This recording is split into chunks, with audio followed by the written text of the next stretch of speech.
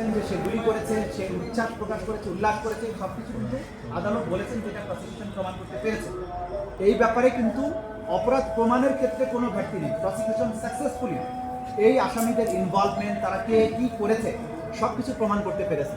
কিন্তু আদালত যেটা বলেছেন, এরা কনস্টেবল ছিল, তাদের সুপিরিয়ররা তাদেরকে কমান্ড করেছে, তারা করতে বাধ্য হয়েছে, এবং সুজনের ব্যাপারে বলেছে সে অল্পদিন আগে এসেছে, এইসব বিবেচনা তাকে কম শাস্তি দিয়েছে।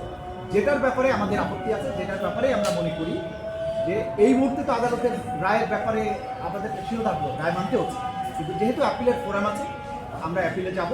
এই সাজাটা বৃদ্ধির জন্য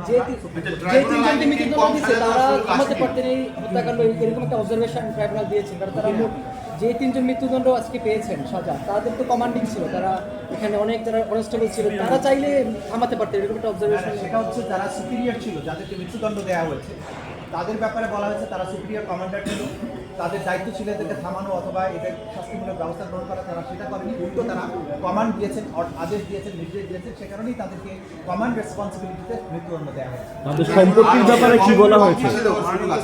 ট্রাইব্যুনালের আইনে যেটা বলা হয়েছে যে ট্রাইব্যুনাল অপরাধ প্রমাণ হলে আসামিদেরকে মৃত্যুদণ্ড অথবা অন্য কোনো সাজা দিতে পারবে। সুতরাং প্রথম শব্দটা ছিল মৃত্যুদণ্ড, অন্য কোনো সাজা প্রপোর্শনেট টু দি তাদের গ্র্যাভিটি অফ দি অফেন্স, এটা বিবেচনা করে অন্য সাজা ট্রাইব্যুনাল অবশ্যই দিতে পারবেন। কিন্তু বিবেচ্য বিষয় হচ্ছে যে যাদের অপরাধ প্রমাণিত হয়েছে তাদের অপরাধের যে গ্র্যাভিটি তার প্রপোর্শন অনুযায়ী যথার্থ হলো কিনা সেটাই বিবেচ্য বিষয়।